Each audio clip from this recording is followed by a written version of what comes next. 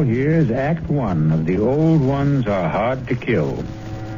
It begins with a stethoscope, a blood pressure reading, an electrocardiogram, and an altogether satisfying report on the health of Mrs. Ada Canby. Well, can't see a thing to complain about, Ada. That little congestion you had last time is all cleared up.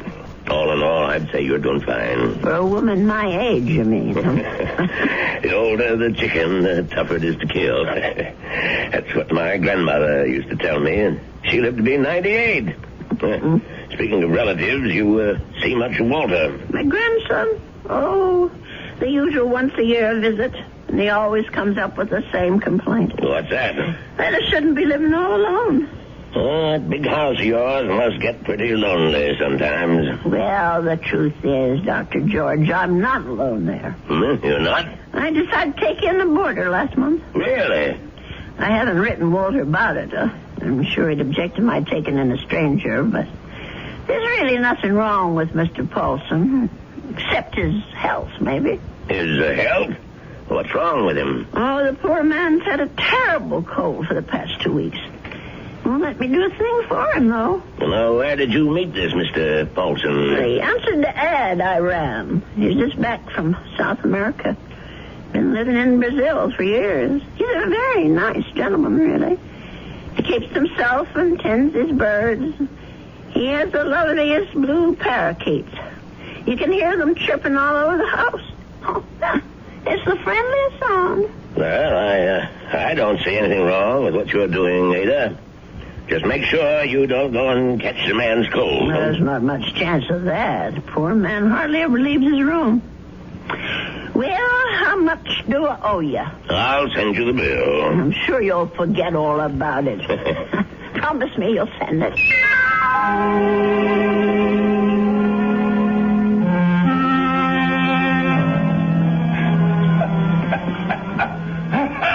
Oh, dear. Mr. Paulson? Are you all right? Yes, Mrs. Canby. I'm all right.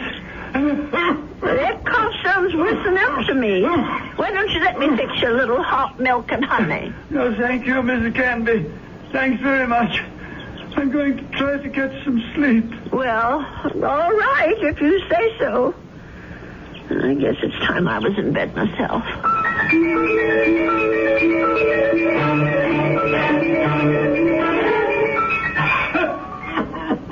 Oh, my, listen to that poor man. I wonder if he keeps his birds awake, too. Mrs. Canby, please. For heaven's sake, is he calling me? Mrs. Canby! He is calling me. I'm coming, Mr. Paulson. Oh, no. Where are those darn slippers? I'll be right there. What is it, Mr. Paulson? What's the matter? Mrs. Canby. Mr. Paulson, just look at you. Why didn't you tell me you were so sick? I would have called a doctor. No, too late now. Too late. I know a very good doctor. I saw him only this afternoon. I'll go and call him right now. No, please, listen to me. Well, I've got to get help for you, Mr. Paulson. I'm dying. Confession. Well, do you want a priest? Is that what you want? Richardson murdered 10 years ago. What? Murder. I did it. I killed him for money. I was paid. Did you hear me? Oh, Lord. Mr. Paulson, do you know what you're saying? Do you understand me? Lindell is innocent. I killed Richardson, not Lindell. Well, let me get help. You can tell them yourself, Mr. Paulson, and the police and the doctor. You tell them, please. Tell them to free Lindell. He's innocent. Tell them I'm the one who killed Richardson 10 years ago. Oh, I don't know anything about such things, and I don't want to. I did it. I killed Richardson. I did it. I don't want to hear it. Please don't tell me. Please. Mr. Paulson, Mr. Paulson? Oh, dear God, I think he's gone.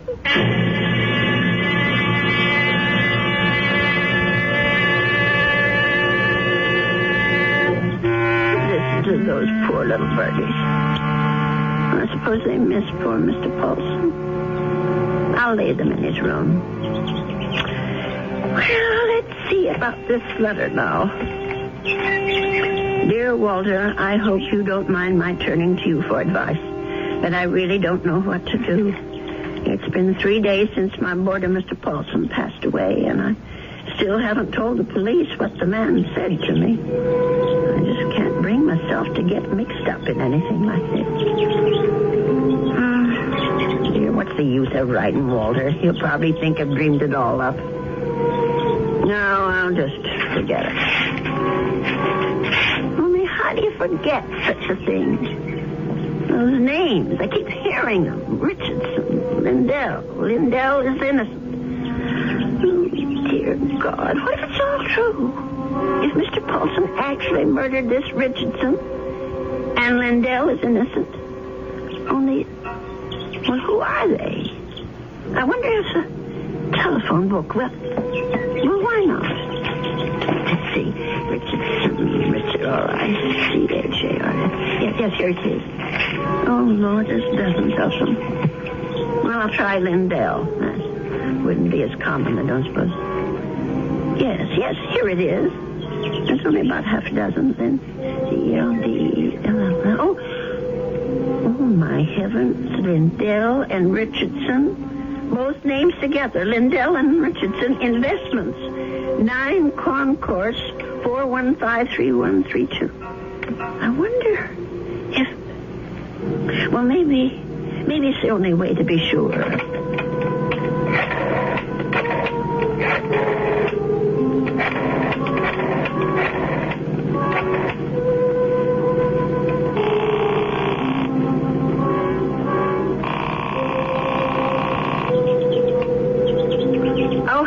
Hello?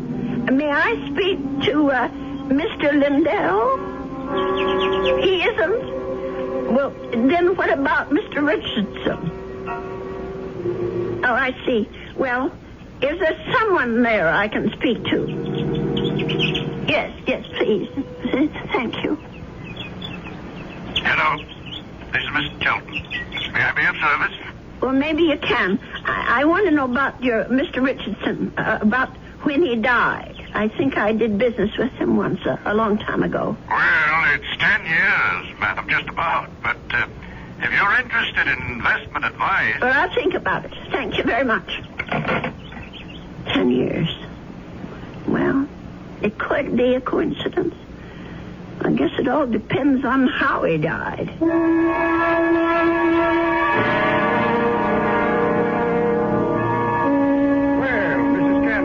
Come in. Have a seat. Thank you. Well, now, how can we be of help to you? Well, I didn't come here to get help, Mr. Shelton. I came to help you, as a matter of fact. Or rather, somebody you know. Who would that be? Mr. John Lindell, the man who was supposed to have murdered Mr. Richardson. I'm afraid I'm not following you. Well, it took me all week to find out what happened to those two men, and finally I found the story in the old newspaper room down at the library about Mr. Lindell being indicted for killing his partner.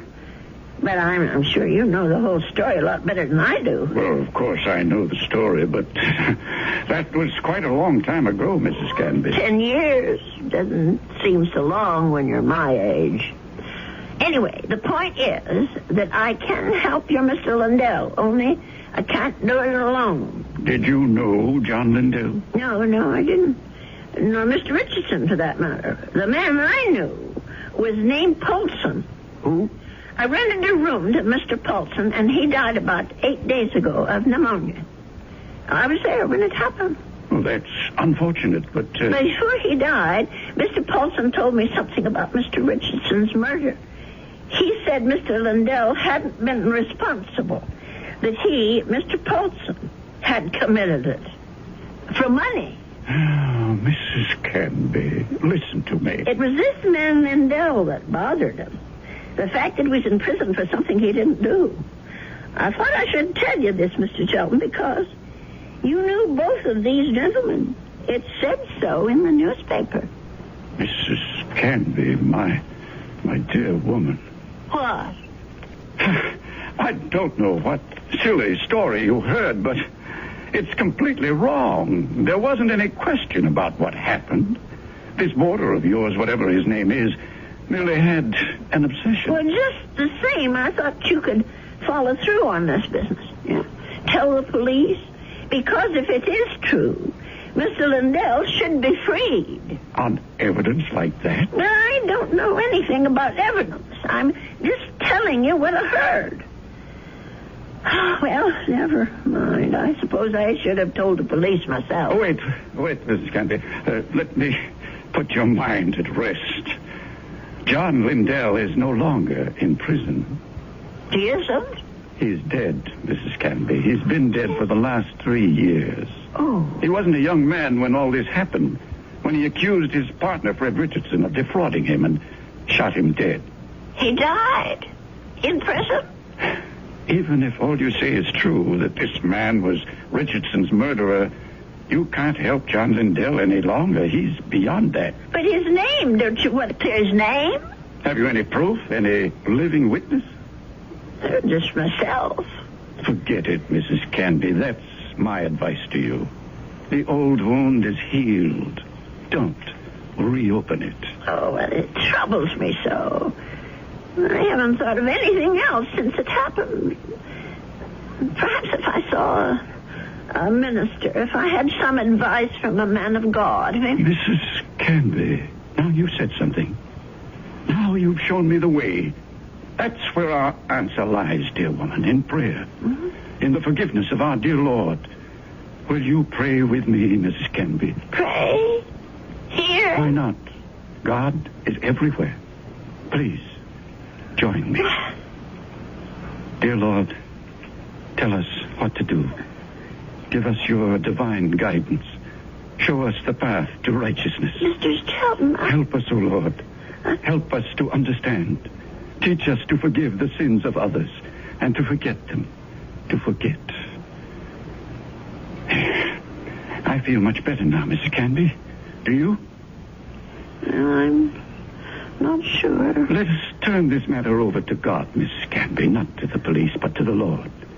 It's in his hands now. Don't you agree? Well, in a way, that's true. Since they're dead now. All of them.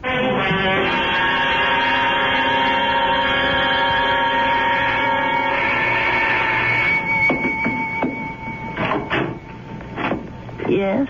Mrs. Canby? Yes? My name's Stuart Winfield, Mrs. Canby. Mm-hmm. I understand you have a room for rent? Yes, I do. Well, I'm new in town. I just arrived from Philadelphia. I've been staying at a hotel, but I'd like something homier. Well, the room I have is $35 a week. I can't offer you any meals, but you can use the kitchen all you want. Well, that sounds good to me. Would you like to see the room? Yes, ma'am, I sure would. Well, come on in then. Thank you. By the way, how did you know I had a room for rent? I was going to place an ad this weekend. Oh, I guess someone at the hotel mentioned it. I forget just who. Say, this is a real fine old house, Mrs. Canby. Mm-hmm. I can see that I'm going to like this place. Just fine.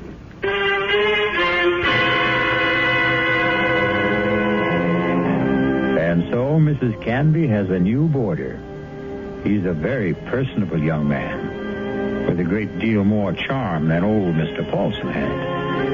Perhaps in a little while, Mrs. Canby will be able to forget her former boarder and the shocking confession he made on his deathbed. I'll be back shortly with Act 2. I want to...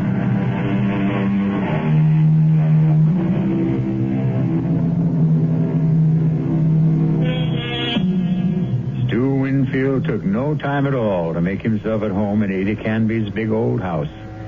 He loved everything about his room. The fine old four-poster bed, the crazy quilt that Ada herself had sewn up 40 years ago, the lace curtains on the window. He even loved Mr. Paulson's blue parakeets. But what he really seemed to like best was Mrs. Canby herself. Just take me 2 minutes to get these clean sheets. on the bed, Mr. Here, let me give you a hand. No, I can manage. I've been making this bed for almost 50 years. 50? You've lived in this house that long? Moved in here when I got married back in 1919. My husband David bought it for us. Our only son Ralph was born in it. And you've lost them both? Yes, they're both dead, but I haven't lost them. Oh, yes, I understand, Mrs. Canby. I guess I feel that way about my mom. Your mother's dead? Yes, she died when I was 2. Oh. Listen, Mr. Winfield, are you sure you want these birds in your room? I could take them to the parlor if you want. No, I think they're great. I think everything's great about this house. But there is something you can do for me. What's that? Would you mind not calling me Mr. Winfield? Oh? That's what they call my father. My name's Stuart. Well, all right, Stuart.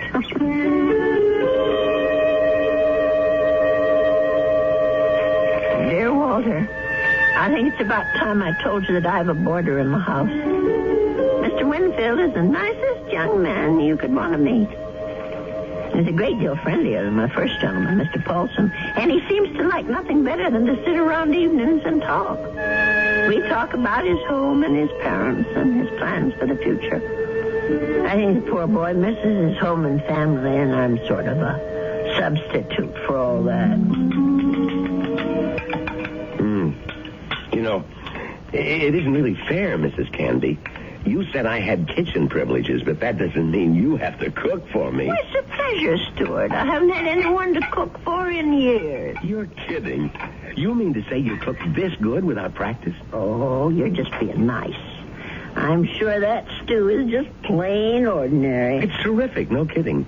It tastes like, well, it tastes like home, if you know what I mean. It depends on whose home you mean. Well, my mom cooks stews like this. That's what I meant. Your mom? Well, but she died when you were only 2. Oh, well, I guess I didn't mean my mom exactly. I was thinking of my Aunt Martha. I mean, she's the one who sort of took over the cooking and stuff after my mother died. And my father's sister, you know? I see. Well, that was lucky that you had someone to take her place. Yeah, that's right. Excuse me. My, Stuart, you're not coming down with anything, are you? No, I'm fine. Just a little case of the sniffles. Listen, if your room isn't warm enough, I have an extra blanket. No, the room's just fine. Don't worry about it. Oh, you be sure now. I know I felt a little guilty about poor Mr. Paulson when he got sick. Maybe I didn't take good enough care of him. Paulson? Mm-hmm. Was that your former boarder, the bird lover? Yes, that was his name, the poor man. Tell me about him. Well, I don't really know that much about him. He lived here less than 2 months. Well, what sort of a guy was he? Well, very quiet. He kept to himself. Did you say he was from South America? I don't remember if I did or not. Well, you must have said it. Yes, of course. He was American, but he'd been living in Brazil. I don't know why exactly. Although, come to think of it, maybe I do. What do you mean? Well, it just occurred to me that Brazil might be just the place for someone who came into a lot of money and wanted to leave the country. I don't understand. Oh, my. I really think you are getting a cold, Stuart. I'm getting that blanket out this minute. Now, wait, Mrs. Canby. I'd rather hear about... Never mind. I don't want to take any chances. I'll be right back. Yes, Mrs. Canby. Don't take any chances.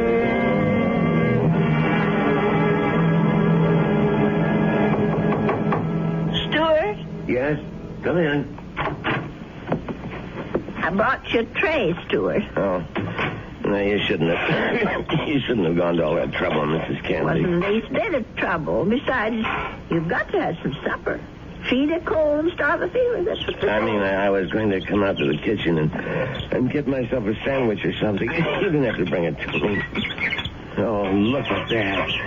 Is that roast chicken? Well, that's what it's supposed to be. I hope it tastes all right. Noodle soup with dumplings. Mrs. Canby, you're spoiling me rotten. Do you know that? Yeah, I just thought it'd be a good idea if you stayed in bed and took it easy. You weren't planning to go out tonight, were you? No, I was just going to stay in and read for a while.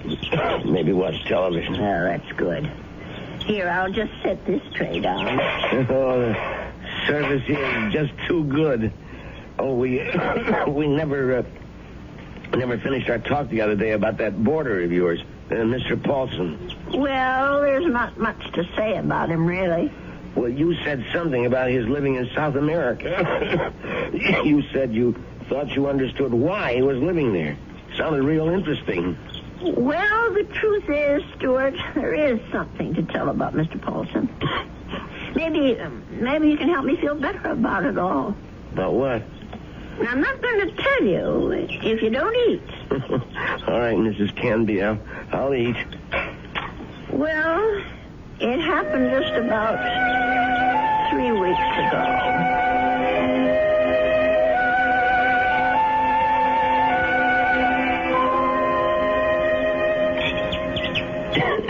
You know something, Mrs. Candy? That's about the best roast chicken I've had in years. I'm sure I spoiled your appetite with all my chatter. No, that was a really interesting story. But what do you think of it all, Stuart?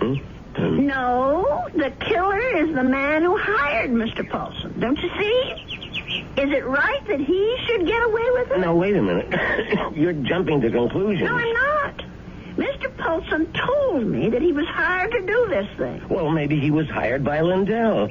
Maybe Lindell hired him, and then Paulson got cold feet, and Lindell did the shooting himself. No, I'm sure that isn't true. You see, I read the newspaper article all about it. Well, you really were thorough about this, weren't you, Mrs. Candy? You poor man. That cold's gone to your chest now, hasn't it? No, I'm all right. Stop worrying about me. Let's talk about this other problem of yours. Well, maybe I'm making it more of a problem than it should be. Maybe if I just told the police everything, I could forget it once and for all. No, I really couldn't advise that, Mrs. Candy. Well, it said in the newspaper story that the two men were partners in that investment firm. Mr. Lindell thought that his partner Richardson was cheating, taking money out of the firm, and that's why he's supposed to have shot him. Wasn't there a witness to the shooting? Why, yes, I think there was. Come to think of it, it was Mr. Shelton. That's right. Well, doesn't that wrap it up for you? Well, it would if it wasn't for Mr. Paulson. Listen, Mrs. Candy, you know how much I like you. Why, in just a few days, you're more like family to me than my Aunt Martha ever was. Well, it's nice of you to say, Stuart. And that's why I want you to listen to me about this. That's why I want you to forget about this whole foolish thing. And listen to you. You sound awful, Stuart. Just terrible. No, I'm all right. No, you're not all right. I'm going to get you some cough medicine right this minute.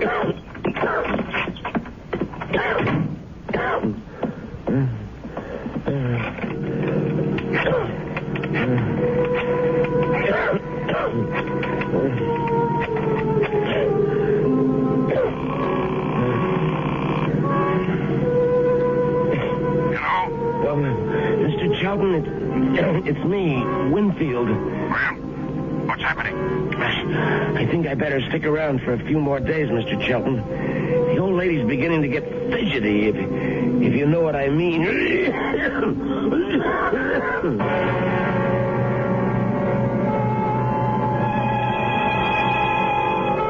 Well, something tells me that Stuart Winfield isn't such a nice young man after all.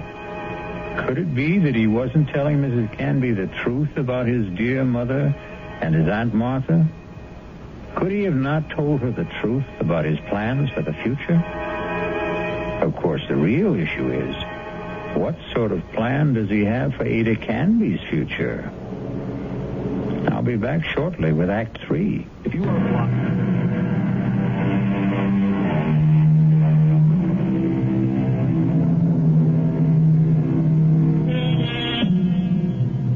Mrs. Canby. She isn't sleeping well tonight. But of course, Mrs. Canby has good reasons for insomnia. Her thoughts are whirling. Her boarder Stuart was right. She doesn't want the bother of going to the police. And she firmly believes in the old adage, if you don't trouble trouble, trouble won't trouble you. But still... Oh, my.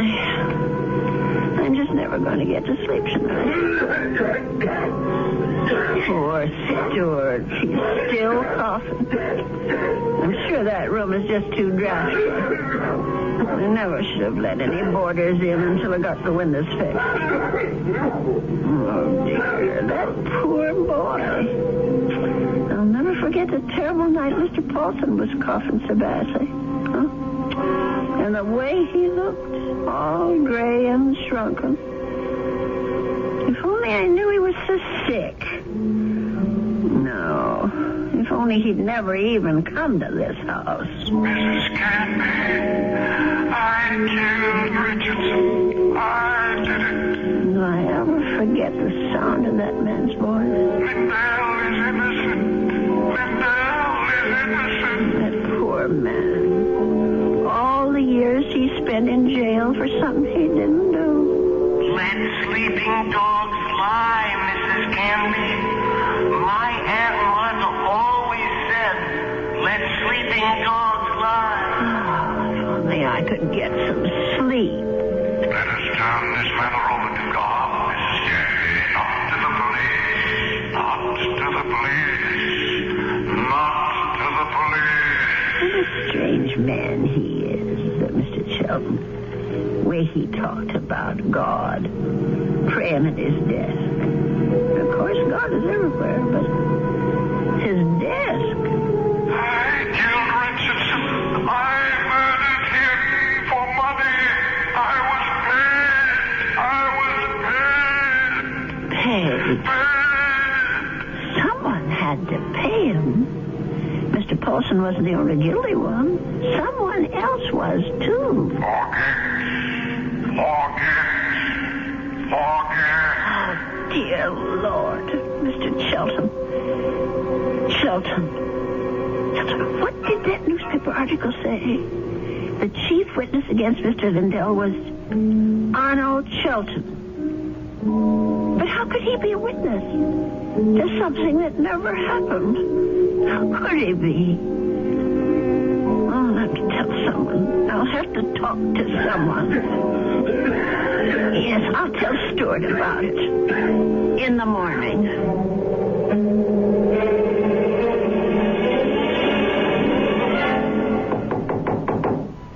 Stuart, are you awake? Yes, I'm up, Mrs. Canby. Come in.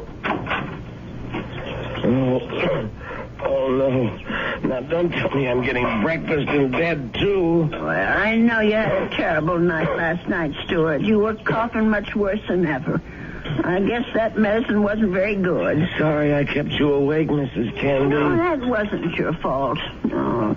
Something else kept me up. What was that? Oh, my mind, I guess. Maybe I should say my conscience. Oh, that sounds serious. But it is something serious, Stuart. Well, I might have let a man get away with murder. No, it's even worse than that. He did something worse than murder. You're talking about Paulson again. No, I'm talking about the man who hired Mr. Paulson. He didn't just have that man Richardson shot. He let an innocent person go to jail and die there. Now, that's like committing 2 murders, if you ask me. I have to tell you something that occurred to me last night. Sure, go ahead. Well, it's about Mr. Shelton. Mr. Arnold Shelton. Yeah? Go on. I'm listening. Stuart, I wonder if maybe the reason Mr. Shelton was so upset with me, the reason he didn't want me to go to the police, was because he was afraid. Explain what you mean. Well, what I mean is maybe Mr. Shelton had good reason besides the one he told me. He was working for both Mr. Richardson and Mr. Lindell at the time of the murder. Well, so what? Well, he was also the chief witness at the trial. A witness for the prosecution. But he saw the shooting, didn't he? But that's just the point.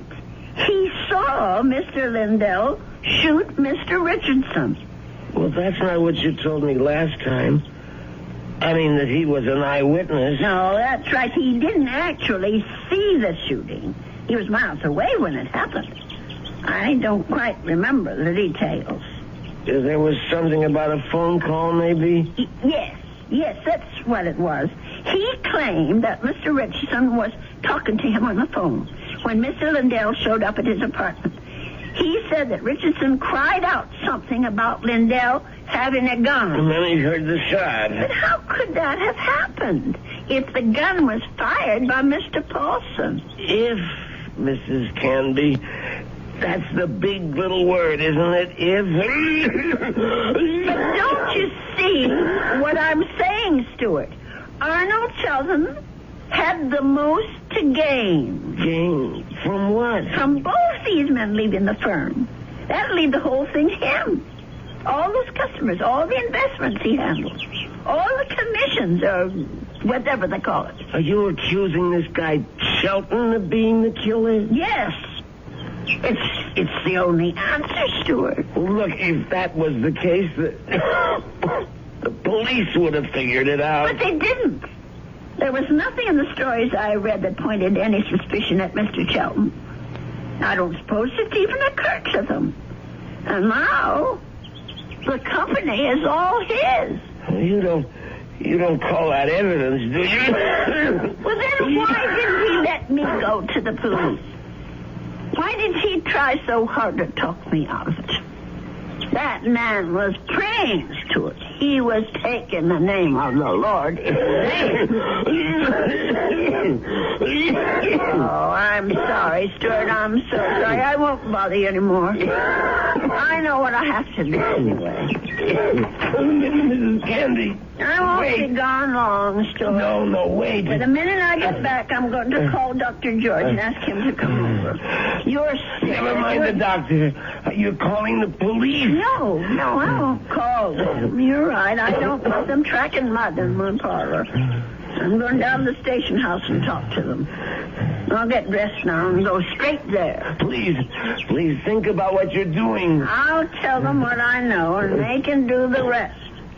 Now, you try to eat something, Stuart. Please. Mrs. Candy.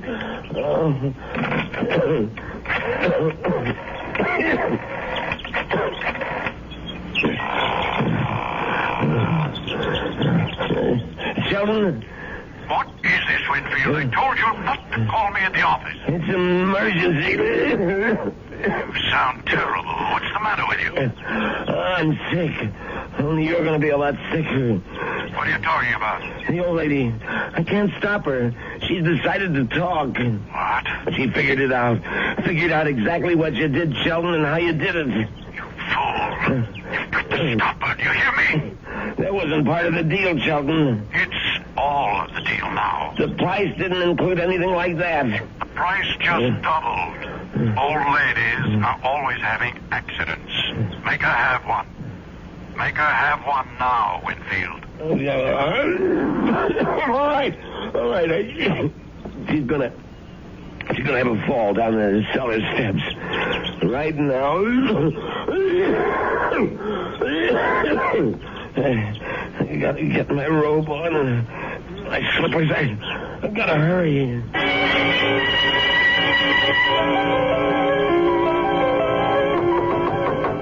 Stuart? Is that you? Open up, Mrs. Canby.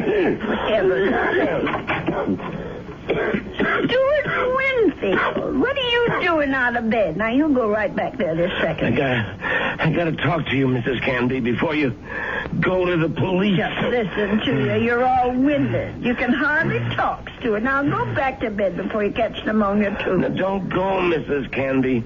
It would be better if you never went to the police. Better for you.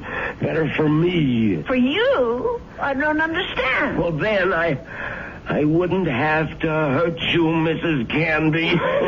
That's what I mean. I wouldn't have to do anything bad to you. Stuart, what in the world are you talking about? Come on, old lady. Stuart! You're smart, all right. You really think things through. So now think a little harder. You knew? Stuart, you knew about Mr. Paulson. That's right. That's how you knew my room was so rent, because Mr. Shelton told you. Now you're getting there, Mrs. Canby. And that's why you rented it. That's why. You were sent here. Just to watch you, Mrs. Canby. Just to see that you stayed sensible. Mr. Shelton did. I was hoping you'd never change your mind about calling the police. I didn't want this part of it. This isn't the part I like. Let me go, Stuart. Just relax, Mrs. Canby. Just take it easy. Please, Why, you're as light as a feather, Mrs. Canby. Just like my Aunt Martha would have been if I had an Aunt Martha. Please, let me down. Please. We've got a date now, Mrs. Canby. Let me go. Don't put up such a fight, Mrs. Canby. I'm sick, remember? Just shut your eyes. Please, shut your eyes and don't look down. Oh, God. Stuart, those stairs. Shut your eyes, old lady. They'll all be over.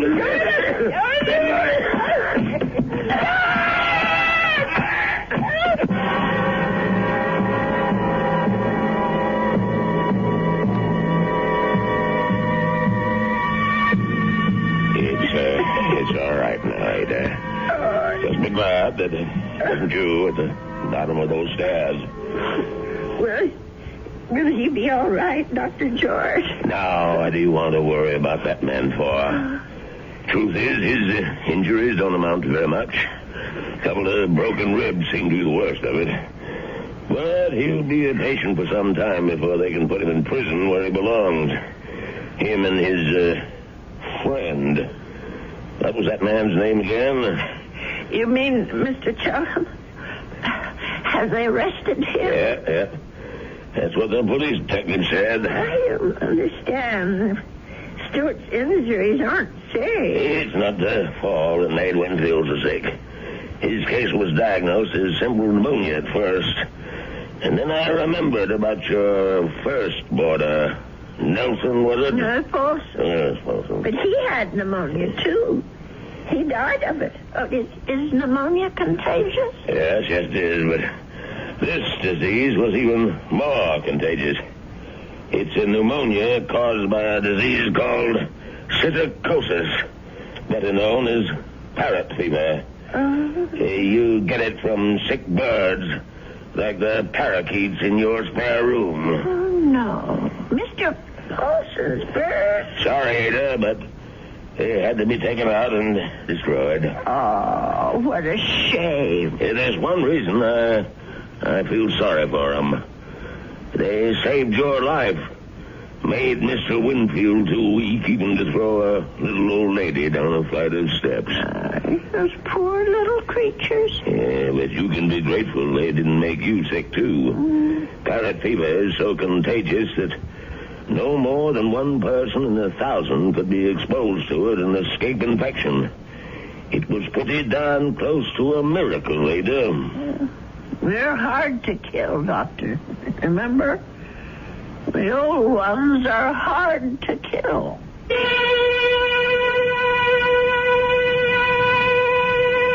They say that people are living longer than ever before. And when we look at Ada Canby, we can understand why. She's a tough old lady.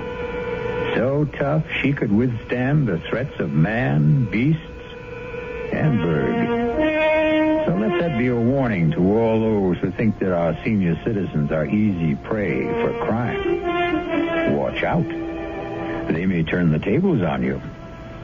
Or the stairs. I'll be back shortly.